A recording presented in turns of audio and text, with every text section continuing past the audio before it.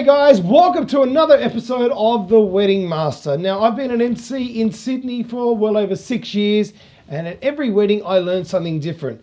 Over the years, I've picked up some tips and tricks that I want to share with you all. So today on our special episode of The Wedding Master, I'm going to give you my top 10 tips to planning your wedding. Now, these are not in any particular order, so you can move them around any way you like. But these are my top 10 tips that I like to give to each of my brides and grooms when they're planning their wedding. So, number 10, find a venue you love. Now, after you get engaged and you're all in love, use that time while you still got that joy inside you. Go and see as many venues as you can. When you walk into that venue, you'll know straight away. You'll know. As soon as you walk in and you look at the decor and you say, I can see my wedding here. But it's always good to go and see some options. So go make the phone calls, have fun with it as well. So that's my number 10 tip, which is find a venue that you love. My number 9 tip, as soon as you booked your venue in your church, celebrate, whatever it is book early. Everything book early. If there's something that you really want at your wedding, might want a magician, an aerialist, whatever it is, a special DJ, MC, whatever it is, book early. There is no time difference and there's no too early to book whatever you like. If there's something you want to book it early. Believe it or not, the vendors prefer you to book early. So there's another tip for you. Book as early as possible. Go and speak to them. Take the time as well. Again, the same with your venues, your vendors, you have to feel good about. So take that time. Don't rush it and leave it to the last minute. Take the time, meet with your vendors, photographer, videographer, whatever it is, you need to feel good about it. They're going to be with you on the most special day of your life, each of those vendors, and you want the best for yourself. So take the time, go and meet with them, but book early. As soon as you've booked early, of course, you're going to hire a professional MC, someone like me. My tip to you guys here at number 8 is get your professional MC involved as much as possible and as early as possible. I myself like to get involved from the beginning. I like to talk to my brides and grooms all the way along their journey, all the way leading up to the wedding and even after. That way there, I'm prepared. If I'm doing my job right on the night, it means that everything runs to plan. So for me to run everything to plan, I need to know what you want. I kind of act as your project manager. So an MC, a professional MC, not only does the announcements on the night, he acts as your project manager on the day as well. He runs and he knows everything 3 steps in advance to anybody else. But to know that, get him involved. So as soon as you've booked a florist, or hey, you might not even have booked a florist, but you can't decide between 3, you'll ring him up and say, hey Joe, or hey MC, I'm sorry I keep saying Joe, hey MC, which of these florists have you worked with before? And it goes from there.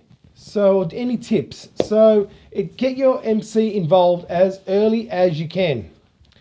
My number 7 tip. Now here's a good one. Here's a bit of fun. Both of you. This is something I call sample, taste and try. Make sure you attend the venue that you've picked, their menu tasting. Make sure you go there and sample. It's not good enough to see pictures on pieces of paper and go, oh, that looks good. Go and sample the food. There's always different food. A lot of venues change their menus seasonally. So it's not good to say, I've been to that venue 100 times. I know the food like the inside of my hand. Go and taste the food. Same with your cake. Same with whatever you're going to have that's going to be served on the night. Go and taste it. Spend the time and really enjoy the food. Let the venue serve you on their menu tasting nights. They're outstanding. You sit down as a guest and they serve you like you're kings and queens. So really, go to your venue's menu tasting and enjoy the night. Now, this is a special tip that I have, and it's really a personal, a pet hate of mine.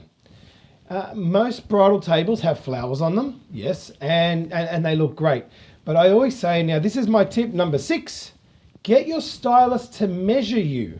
If I show up at another wedding and I see another beautiful bride hidden behind a tower of flowers, I will get very upset. Because now you've all seen this episode, so there's no excuse. Get your florist to measure you. Sit down at a table and measure from here to the table and make sure, so you may be 6 foot tall, great, but if you're not, sometimes those flowers, now look, you've spent a lot of money on your dress and you and your husband and whatnot, and you got these beautiful flowers, but we don't want to see just the flowers. We want to see a little bit of flowers, and we want to see all bride and groom. It just looks a lot better. So that's my number 6 tip to you guys, is get your florist to measure you from here to the table sitting down, so that when he does his flowers, he or she does his flowers, they don't cover your face.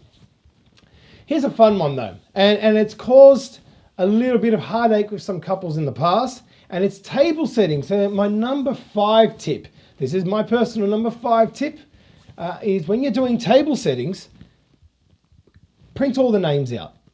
Scatter them all around so it makes it easier, and move them around. It makes it easier rather than trying to do it on computer and moving this, and you always miss people.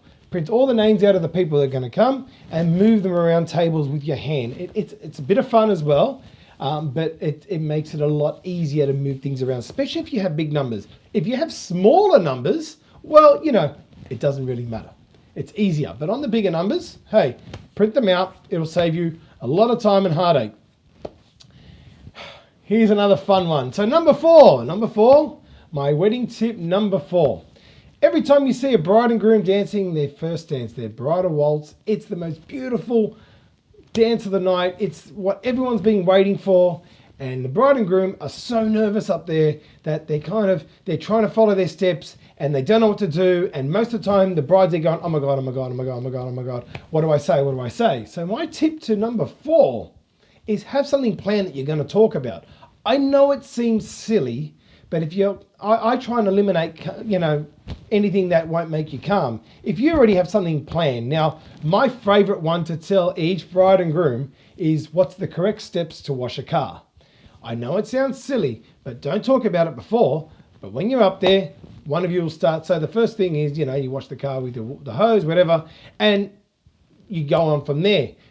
People out in the audience will see and they'll say, oh, look, they're giggling and having fun, but really they don't know that you're talking about washing a car.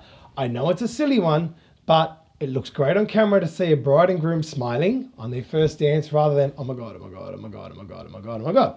So that's my tip number 4. Have a wedding song chat ready to go, a pre-planned subject. Number 3, now leading up to the day, each vendor needs to know what's happening.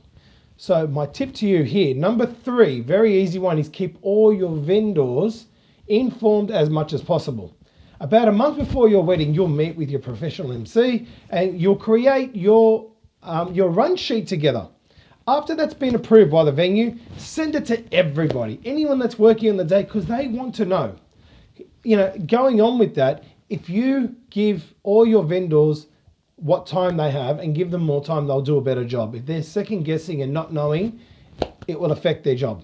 So my tip to you guys is communicate with your vendors and keep them updated as much as you can leading up to the wedding, especially in the last month. They want to know, talk to them, become friends with them. It makes for a better day. So for speeches, my number 2 tip. Now this is a special one for me. My pet hate for speeches is phones. I don't like phones. I think they look messy. Halfway through the speech, you're saying your speech, and to my beautiful wife, and all of a sudden, does anyone have that ringtone anymore? Anyway, your phone rings. You're like, stop it! I'm trying to do my speech, and it just looks messy, and then you lose your place, and then your phone locks, and whatever it is, right? So anyone that's making a speech, and you tell your bridal party, anyone's making a speech, write your speech on paper. Whether they print it or they handwrite it, but especially for the groom, write your speech, write your speech, write your speech. True story. I've been doing this now for 6 years. I'm fairly busy, and in that time, I've had 3 grooms forget their wife on their wedding day, and these guys that were like, "Hey man, no worries, I'm pretty good at talking. I won't get this wrong," and then all of a sudden, they're like a rabbit in the headlight, and they're like, "Okay, I have to thank that person, I have to thank that person right there." And then the most obvious person sitting right next to them, hey, they forget. So I can hear the end of a speech and it's usually like, "So guys, I'll see you on the dance floor, woohoo!" And then they look at me and I'm looking at them going, your wife. And then this is the words that you don't want to hear coming out of a groom. Oh yeah, angry bride. Grr.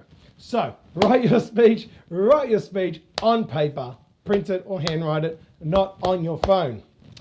Now the last one, my number one tip to planning a wedding is no matter what, have fun with it. This is the most special day of your life.